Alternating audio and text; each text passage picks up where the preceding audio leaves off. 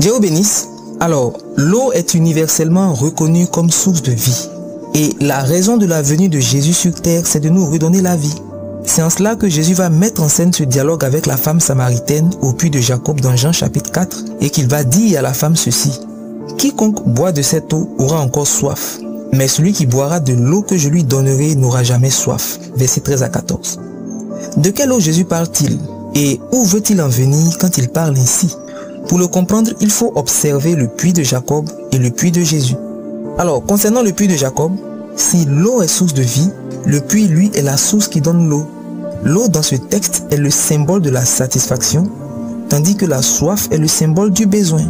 Le puits de Jacob représentera donc les moyens disponibles que l'homme va utiliser pour satisfaire ses besoins.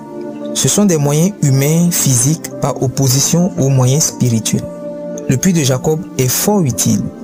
Par exemple, avoir un travail permet d'avoir une rémunération pour pouvoir subvenir à ses besoins, s'occuper de sa famille. Le travail ici est l'image du puits de Jacob.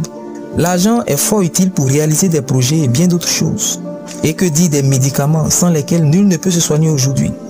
Tout ceci est l'image du puits de Jacob. Cependant, bien qu'utile, ce puits est limité et insuffisant. En effet, il est reconnu que l'homme n'est jamais satisfait. Et quand il désire une chose qu'il obtient, il en veut une autre. Se veut pour preuve cette tendance de l'homme à changer de femme comme on change de vêtements.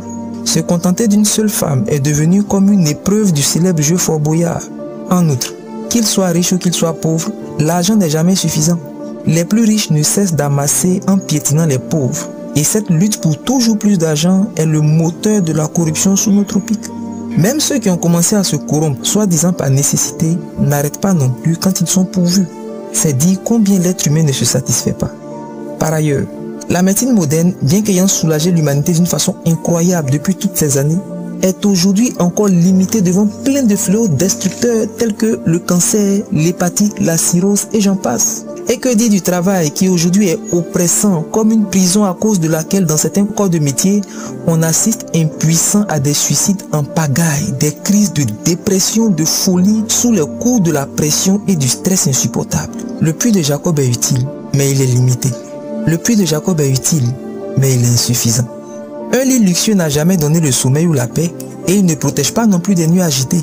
Qu'est-ce qui peut te garantir de te lever le matin quand tu t'endors la nuit? Ceux sur qui tu comptais ne t'ont-ils pas déjà trahi? Tu vois, le puits de Jacob est utile, mais il est limité. Le puits de Jacob est utile, mais il est insuffisant. Cependant, ceci n'est pas le cas du puits de Jésus. Alors je prie que tu reconsidères tes voies, que tu reconsidères ta façon de voir les choses. Tout ce sur quoi tu comptes, ton intelligence, tes relations, ton argent, peuvent te lâcher un jour. Et il y a des circonstances devant lesquelles toutes ces choses sont limitées. C'est Jésus qui est la solution la plus viable. Alors comment le puits de Jésus fait-il la différence avec le puits de Jacob et comment celui-ci est capable de satisfaire le besoin?